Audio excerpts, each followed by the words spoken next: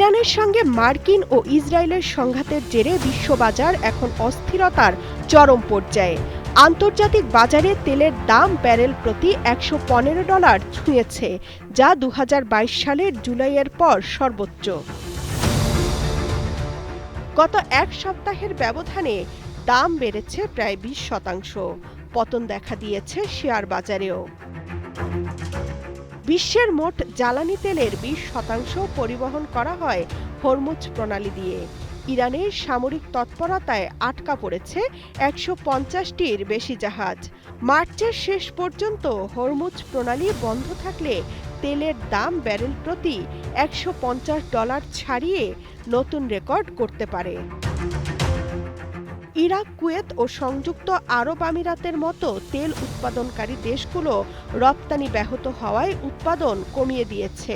ফলে বিশ্ববাজারে জ্বালানি সংকট আরও গভীর হওয়ার আশঙ্কা তৈরি হয়েছে। বিকাশ পেমেন্টে 10,000 টাকার বেশি অফার। শপিং চলছে তো। এই সংকটের প্রভাব পড়তে পারে বাংলাদেশেও। দেশে জ্বালানি তেল ও এলএনজি সরবরাহ বিঘ্নিত হওয়ার ঝুঁকি তৈরি হয়েছে, যা পরিবহন খরচ, পণ্য মূল্য এবং বিদ্যুতের দাম বৃদ্ধিতে ভূমিকা রাখতে পারে। এর ফলে লোডশেডিং পরিস্থিতি আরও বাড়তে পারে। আন্তর্জাতিক বাজারে দাম বাড়লে দেশেও জ্বালানি তেল ও গ্যাসের দাম সমন্বয় করতে বাধ্য হবে সরকার। অপরিশোধিত তেলের দাম বাড়লে পণ্য পরিবহন খরচ বেড়ে যাবে, যা নিত্য প্রয়োজনীয় পণ্যের মূল্যস্ফীতিতে চাপ সৃষ্টি করবে।